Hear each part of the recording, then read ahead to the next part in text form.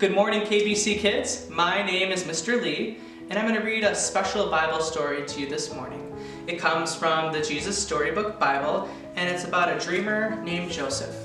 It comes from the book of Genesis, chapters 37 through 46, and it's titled, The Forgiving Prince. As you read this story with me today, please pay close attention to how God uses all aspects of Joseph's life, even when things get tough. Jacob had 12 sons, but of all of his sons, Joseph was his favorite. One day, Jacob gave Joseph a splendid new robe. It was beautiful and rich with all the colors of the rainbow, but it made Joseph's brothers jealous. They wanted a rainbow robe too. Then, to make matters worse, Joseph kept on having these special dreams. I dreamed that I was the greatest. I was king, Joseph told his brothers, and you all bowed down to me.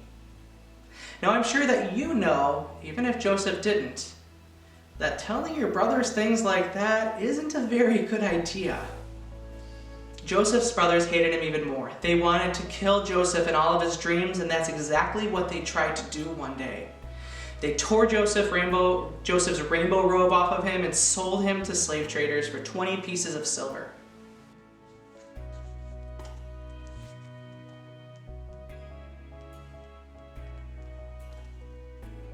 The traders took Joseph to Egypt and made him into a slave. The brothers went home and lied to their father, telling him that Joseph was dead.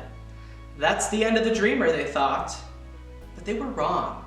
God had a magnificent dream for Joseph's life, and even when it looked like everything had gone wrong, God would use it to help make this dream come true. God would use everything that was happening to Joseph to do something good. Meanwhile, though, things were not looking good for Joseph in Egypt. He was far from his home and from his dad. Then he got blamed for something he didn't do. And even though he had done nothing wrong, he was punished and thrown into jail.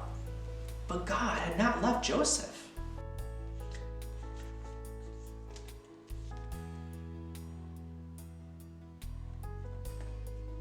Well, one night, Pharaoh, king of Egypt, had a scary dream about thin cows gobbling up fat ones. What on earth did it mean? He didn't know, but Joseph was a dream expert, so Pharaoh sent for him. It means a famine is coming, Joseph explained. There won't be enough food. Pharaoh was so pleased by Joseph's skill that he immediately took Joseph out of jail and made him a prince. Now back home, Joseph's brothers ran out of food and they were getting hungry. God's special family was in danger. If they didn't get food soon, they would starve to death. So Joseph's brothers traveled to Egypt to buy food. They came and they knelt before the new prince. His brothers didn't know that the prince was Joseph. But Joseph knew who they were. Joseph's dreams, the one about his brothers bowing down to him, were coming true. It's me, Joseph cried. When they saw it was Joseph, his brothers were afraid. They had wronged Joseph. They had sinned, and they knew it. Now Joseph would certainly punish them. But Joseph looked at his brothers, his eyes filled with tears. Even though his brothers had hurt him, even though they had hated him, they had wanted him dead, in spite of everything, he couldn't stop loving them.